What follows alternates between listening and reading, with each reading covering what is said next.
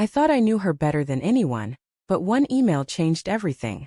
It was just a regular Tuesday, the kind where you're sipping coffee half awake, scrolling through your inbox. That's when I saw it. A confirmation for a cruise, booked in my wife's name.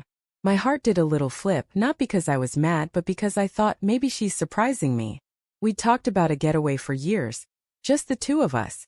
Somewhere with endless water and sunsets that make you forget the world. But then I read the details and my stomach dropped. The names on the booking weren't just hers and mine.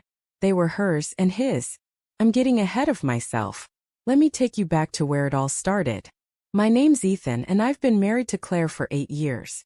We met in college at one of those loud campus parties where you can barely hear your own thoughts. She was the one laughing too loud, her head thrown back, not caring who stared. I fell for her right then, her spark, her fearlessness. We built a life together, a good one. A small house with a creaky porch, Sunday mornings with pancakes and too much syrup, late night talks about dreams we hadn't chased yet. Claire was my anchor. The one who made every rough day feel softer.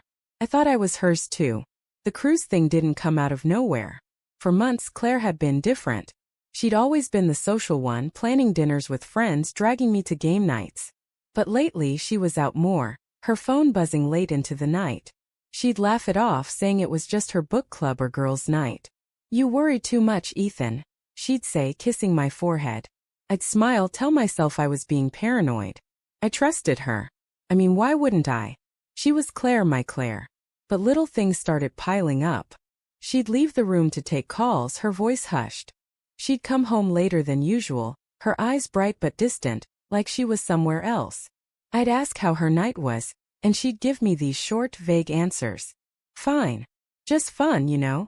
I'd nod, ignoring the knot in my gut. I didn't want to be that guy, the jealous husband who checks her phone or follows her around. I loved her too much for that. Or maybe I was just scared of what I'd find. Then came the email. I wasn't snooping, I swear. Her laptop was open on the kitchen counter, and the screen lit up with a notification. Cruise confirmation. Claire Thompson and guests. I clicked, thinking it'd be a sweet surprise, maybe for our anniversary. But the names listed weren't mine or her sister's or her best friend, Tara. It was Claire, Tara, and Ryan.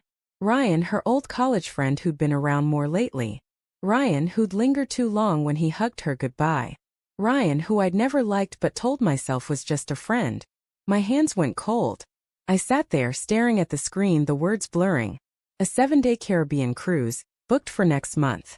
Private cabins, dinners under the stars, dance nights. I could picture Claire laughing with him, her hand on his arm, the way she used to look at me. My chest felt like it was caving in.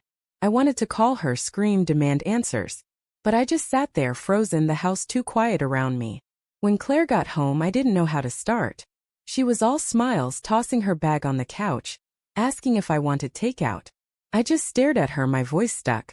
Finally I said, "You booked a cruise." Her smile faltered just for a second. "Oh yeah," she said, casual, like it was nothing. "Just a trip with Tara and some friends." I swallowed hard. "Ryan's going too?"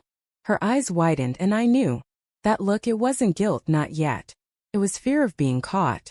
"Ethan, it's not a big deal," she said, her voice sharp now. "He's just a friend. You're blowing this out of proportion." But I wasn't. I could feel it, the truth clawing its way out. I asked her why she didn't tell me, why she hid it. She got defensive, saying I was suffocating her, that she needed space. Space? After 8 years she needed space? I didn't yell. I just asked, quiet. "Is there something you're not telling me?" She looked away, and that silence, it was louder than any confession. I didn't sleep that night. I kept replaying every moment, every late night, every laugh she shared with him. The next day I did something I'm not proud of. I checked her phone. I know, it's a line you don't cross. But I was drowning and I needed to know. There they were, texts with Ryan, months of them. "Can't wait to see you. Last night was amazing. Ethan doesn't get me like you do." My hand shook so bad I dropped the phone. It wasn't just a cruise.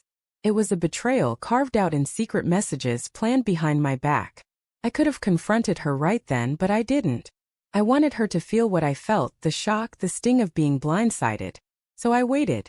I printed every text, every email, every detail of that cruise booking. I put it all in an envelope and sent it to Tara, who I knew would lose it when she found out. Tara was loyal, but she hated lies more than anything. I knew she'd call Claire out, maybe even cancel the whole trip. And I sent a copy to Ryan's wife. Yeah, he was married too. I didn't feel good about it, but I didn't feel bad either. They built this mess. Let them face it. When Claire found out, it was chaos. Tara called her furious, saying she was done with her.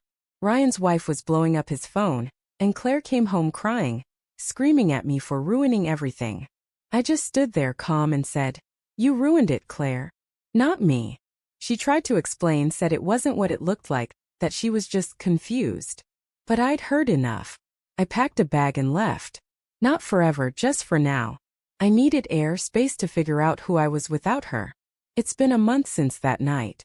I'm staying at a friend's place, trying to piece myself back together.